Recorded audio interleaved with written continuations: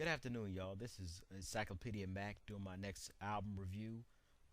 This one I'm gonna kind of go left a little bit. I've been listening actually to a lot of Jay Z, and like I said before, I listen to a lot of different music. So I'm gonna be actually reviewing his first album, Reasonable Doubt, and just getting into it a little bit.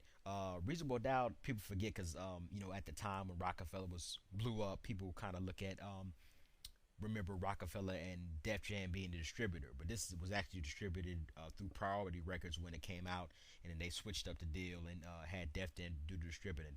But I'm gonna say this right now, with this album alone kind of solidified Jay Z as being one of the best MCs in the game.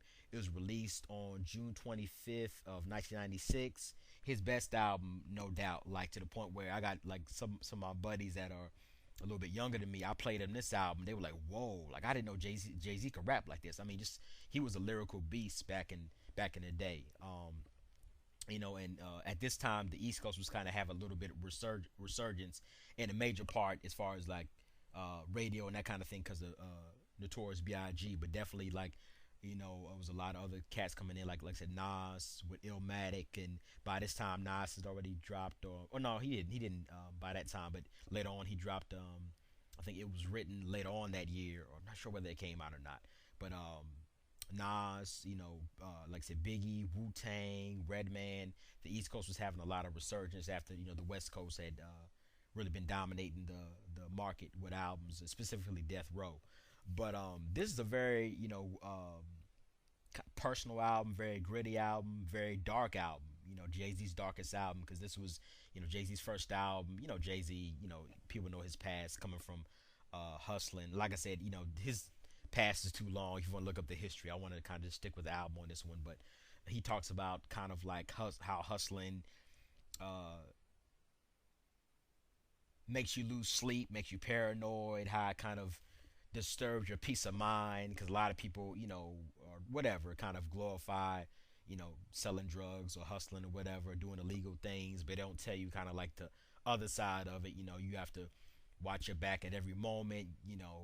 This person right here did something to you. You have to think about, whether you need to, take, as dark as it is, take that person's life or whatever the case may be. So all those themes are represented in this album, and everything from the lyrics, the complex lyrics, to his guest appearances, to the production, uh, put that vision together. I'm gonna start off with the singles that came out. It's in no particular order because I couldn't find exactly what order the singles came out. And I guess the lead off single was "Dead Presidents Part 2." The video that he actually put out with this was called Dead Presidents Part 1. I guess that was a single that kind of was bubbling before. Then this is Dead Presidents Part 2 that had the famous lyric from Hook from Nas, "The World Is Yours" from the Illmatic album. I'm out for presidents to represent me. It's actually from, matter of fact, it's actually from "The World Is Yours," the remix. I think Q-Tip did the remix, and that's where they took those lyrics from, and that uh, became the single. But on the album, it's actually "Dead Presidents Part 2." Uh, the next single was "Can't Knock the Hustle" with Mary J. Blige. If you notice Mary J. Blige, you hear her voice, but she wasn't in the video that came out. I think there was some kind of label issue. Sometimes when you work with an artist from another label, she was on Uptown MCA. I think it's something to where they couldn't get her cleared to do the video, so she wasn't able to go in it. But another great song. Kind of just talking about, if you want to look at it from perspective, "Can't Knock the Hustle." He's saying, I guess you can look at it from a selling drugs perspective or a rap perspective. Like this is like what I do to make money, so you can't knock it unless you can pay my bills. Kind of like that perspective from the song. Feeling It. It's kind of a laid back, kind of smooth track, but he definitely, like I said, every album this song Jay Z just lyrically takes it to the another level. Like I said, this album alone put him, even though it was his first album, he automatically put him in the category of with Nas and Biggie and like Method Man and Raekwon, the best MCs in the game, and specifically the best MCs in New York, like instantly, because lyrically he just was on another level back then. And then the big single was "Ain't No Nigga." Um, this single actually came out on the Nutty Professor soundtrack when that movie came out. Everybody remembers the Nerdy Professor movie. That really got a lot of airplay and radio play at the time. I remember when that single came out. So that's the single that really got him out there. Then once he got that, the other singles were, kind of street classics and the streets heard them, but this is the album that kind of got played on mainstream radio. So I think after this album, Jay Z kind of wanted to, you know, a little bit more of that success. So he kind of, catered his albums more towards that end, or at least make sure he had maybe two or three songs that can go on the radio, and the rest he would make, I guess, for his quote unquote core fans or whatever you want to call it. But this album definitely represents the New York sound with the gritty New York sound, and the producers definitely brought that to life. Clark Kent, famous DJ out of New York, he produced three tracks, Brooklyn's Finest, that had Notorious B.I.G. on it. And a little side note with that, I mean, this is like a lyrical, uh, just an onslaught. Biggie and Jay Z going back and forth, and Jay Z actually holds his own. He might. Some people, it's debatable whether they say Big, had the better verse or Jay Z did. I mean, it was that competitive. Like I said, I'm telling you, like back then, Jay Z was just, he was a beast, man. That dude did not play around on the mic. You look at Watch the Throne or Magna Carta Jay Z, you're like, man, he couldn't hang 5 seconds with Big. But back then, he was going back and forth, and like that was not a lot of cats wanted to get on the same tracks with Big because he stole the show. You like, remember like Flavor in Your Ear remix and that kind of thing. Not too many cats wanted to get on track with him. I remember like Irv Gotti, or he knew Jay Z back in the day. He was like pushing for Jay Z to do things back in the day and giving Jay Z singles to DJs to get him started. But I remember seeing something on TV to where Irv was kind of scared for Jay to rhyme with Big. He's like, dude, man, this is your first album. You don't want to be on the track with Biggie, man. That dude tears cats up on the mic. But Jay Z held his own, definitely. So, like I said, Clark Kent did Brooklyn's Finest. Coming of Age featured Memphis Bleak. This is actually Memphis Bleak's first time being on the record. Jay Z actually wrote the whole song, but just had Bleak spit it, rhyme it. And Coming of Age really kind of represents like the real life. It's like a passing of the torch, in real life and in the song too. Say almost like come with me. Like you see what I'm doing in my life. Like come with me. Almost like you see whatever like a mentor or somebody pulls you aside, say, hey man, I like what you're doing, man. You're what I used to be. Put them on like that, and that they kind of use a double entendre with the street life, and I guess in the music game too, and that became true. He became Bleak's Jay's kind of right hand man, so to speak. So he did that, and then the majority of production on the album was done by a producer named Ski, and he was a underground New York producer. He did tracks. I think his big track that he did around the same time, a little bit before, was by Camp Low, called Lucini. Lucini, it was called. Yeah, This Is It. What? Those remember that song. But later on, he did tracks for Little Kim, Razzcast, Foxy Brown, Nature. But they pulled him in to do tracks for this song. He does the bulk of the album, and like I said, he definitely gives Jay Z that kind of dark, gritty sound that worked perfectly for this album. He did. Let me see here. He produced Politics as Usual, Dead Presidents Part Two, Feeling It, and then a song called 22 Twos.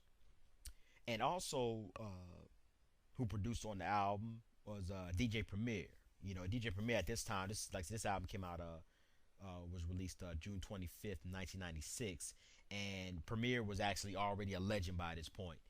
With his past with Gangstar, and it became a standard that if you made a classic, if you were going to make a classic album, coming out of New York, you had to get Premier to do some tracks.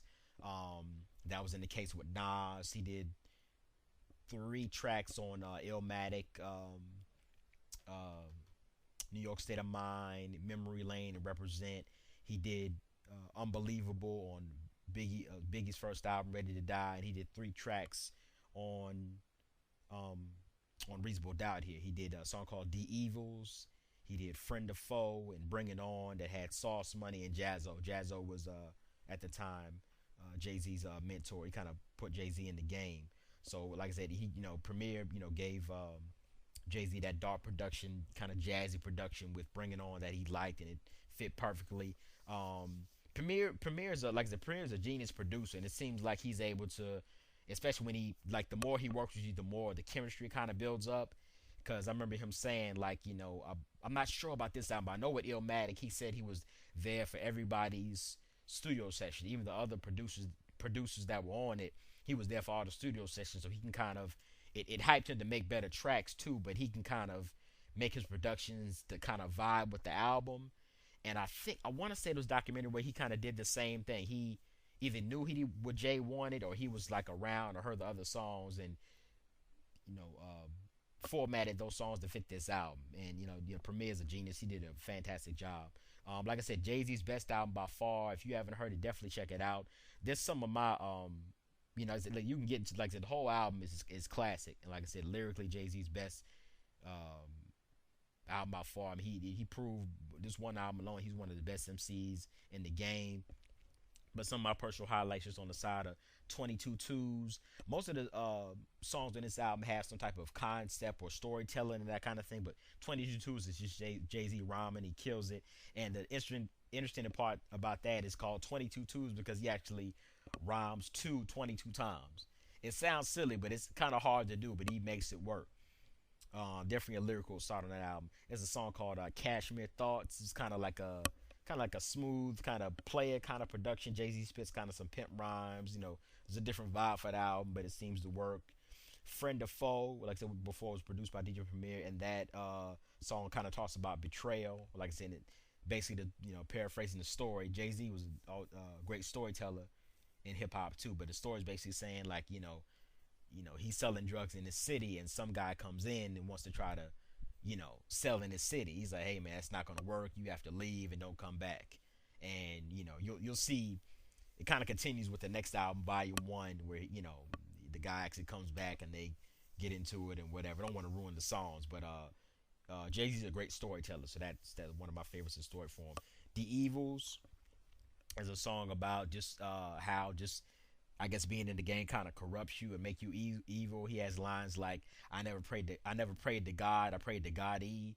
And I think the second verse he talks about how in lyrical form how he kidnaps his and like I said, this is I mean you don't know what's real and what's not, but I mean all this is music, so don't take it serious. Sometimes people get silly with that stuff, but in the song he kidnaps his former friend's girl, now an enemy, and he says that he keeps he kidnaps her, or he has her in her presence, and he kind of keep asking her where he is so he can take him out. And he's like, the more he talks to her, the more he gives her money, the more she starts talking, and he's like, he can see in her eyes that